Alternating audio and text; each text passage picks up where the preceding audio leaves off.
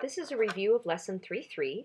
We'll start with condensing logarithms. So whenever you have a problem like this, you always want to move this number that's in front of the log because that becomes your exponent. So this would become the natural log of x plus 1 quantity squared minus natural log x.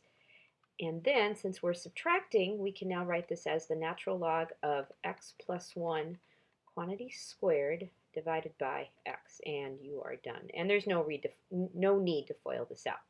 This next one here, there isn't a whole lot to do. We're just going to move this number that's in front of the log. That becomes the exponent. And we're done. There's nothing more to do. You've finished the problem right here. Okay, this one, start off the same way. You want to move the numbers in front of the logs. Doesn't matter if they're logs or natural logs. So turn these into exponents. And now we're adding logs, so that is the same as multiplying. So this becomes natural log of 8 squared times x to the 5th. And this actually becomes natural log of 64 x to the 5th. Okay, and that's how that one works. And the last one here, again, you always start with the numbers in front of the logs. Turn those into exponents. This becomes plus natural log of y squared minus the natural log of z to the 4th.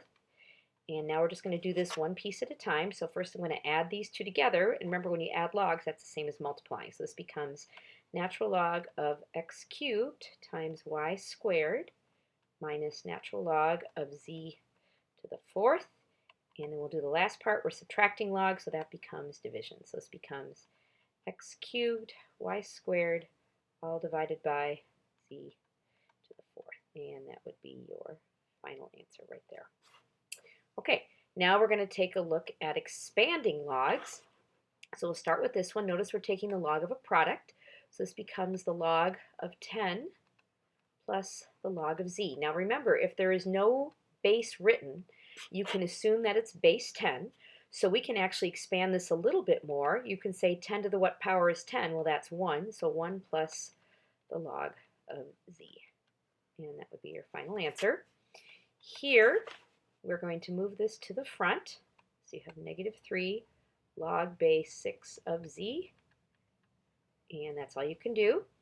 This one down here, we're going to do this in stages. So this becomes the natural log of xy minus the natural log of z. And then I can take this a step further and write natural log of x plus natural log of y minus natural log of z. And that's as far as that can go. This one is very similar. The only difference is we have some exponents we're going to have to deal with. So we start off the same way. Division, when you divide with logs, that's the same as subtracting.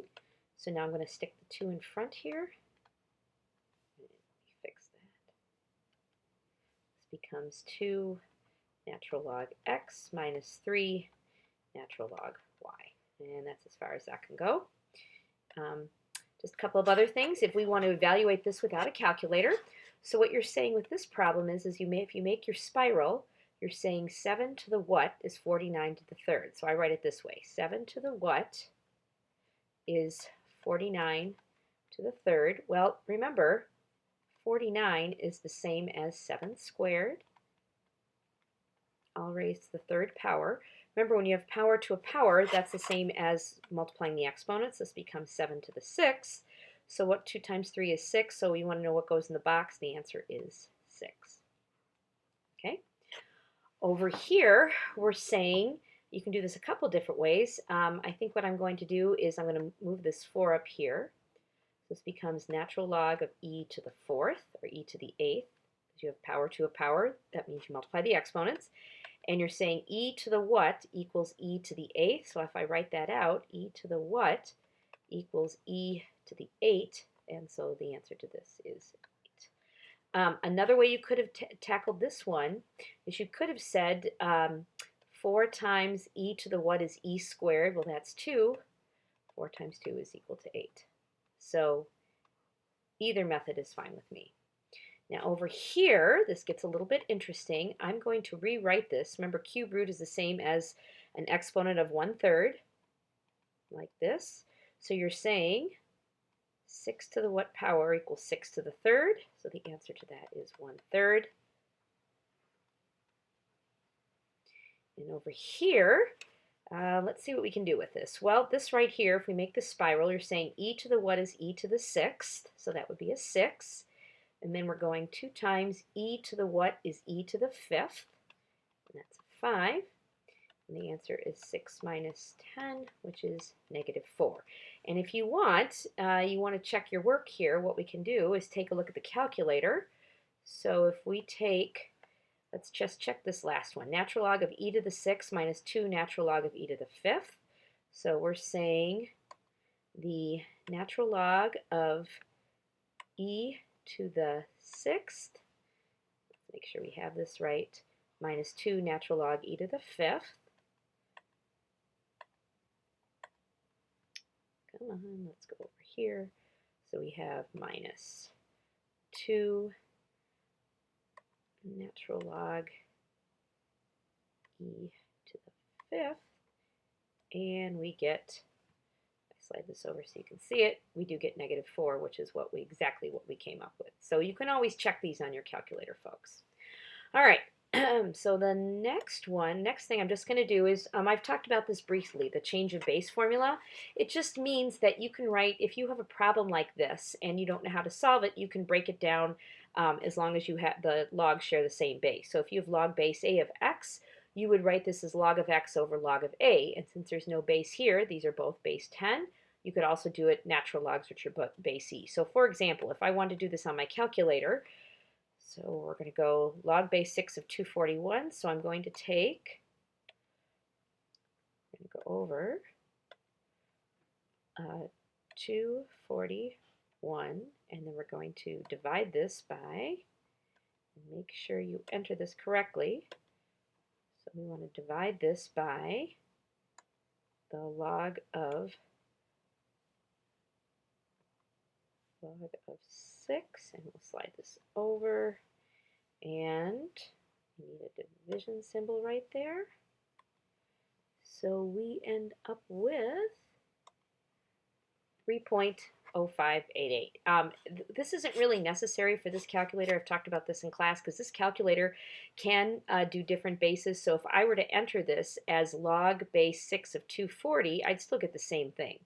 So I'll just do that for you. Log base 6 of 240, and notice I get the exact same answer. So I just wanted you to see the change of base formula so you'd be familiar with it. And we end up getting, let me just write the answer down here, we end up getting 3.0588. So go like this. We get 3.0588. Now, we're just going to do a quick review of graphing here because that will show up in your quiz tomorrow. So I'll label my axes, and we'll do tick marks of 1. Now, you certainly do not have to do the parent function, but I think it makes graphing so much easier. So I think in blue, I'm going to do log base 5 of x. And if I make my little table, we'll use the points that we've talked about. I'm going to use 1, and that would be a 0, because you're saying 5 to the what power is 1, and I'm going to let x equal 5. So y would be 1, because 5 to the what power is 5, and that would be a 1. So we have 1, 0, and then 5, 1, 2, 3, 4, 5, 1. Remember, the asymptote for this is going to be x equals 0. So it's very hard for me to draw this on this machine here. What I would normally have you do is just draw it as a dotted line. And you can see this doesn't work well with this. So let me try something a little differently. We'll just go like that. That's going to be your asymptote. And please note that your asymptote must always be a dotted line. I'm just doing a solid line because this tool that I have drawn here doesn't work very well for a dotted line. And if I draw the curve, there we go. So there's your graph. So now I'm going to do the other graph here in red. So what we have to do, first of all, is I'm going to move it 2 to the left. We're going to get to the times 2 in a minute. I just like to do it in pieces. So 2 to the left. So I move all my points 2 to the left. That means the vertical asymptote is also going to be 2 units to the left. Let's get that on there a little better. And remember, you guys, this does have to be a dotted line. So it's x equal x equals negative 2 is your new asymptote. So this would be the new graph. And this is, I'm sorry, this isn't drawn very well. It's just hard to draw with this tool. And now what this does, when you multiply it by 2, that stretches it. So in other words, what I'm going to do is I'm going to take, so we have this point here, which is negative 1, 0. So that's going to become, you're going to be multiplying the whole thing by 2. Well, that doesn't do anything. What's going to change is this. So when we had an x value right here of 3, and then the answer to that was, if we let x equal 3, we're going to end up with a y value of 2. So we're going to go like this. This point stays the same. The asymptote isn't going to change, but notice that this gets stretched out by 2. So that would be this right here. Would be that graph. And I'm just going to erase this. And we're going to rewrite this as y, make this red. We're going to make this y equals log base 5 of x plus 2. Okay, so anyways, so for the black one, the graph, this graph right here, the black one here, notice here is the graph, and what that does is nothing changes. You still have an asymptote of x equal negative 2. What changes, though, is that the graph gets pulled up too. If you have further questions, you can either use the office hours, which are till 12 o'clock, or if it's after office hours, please feel free to send me an email and I can help you out.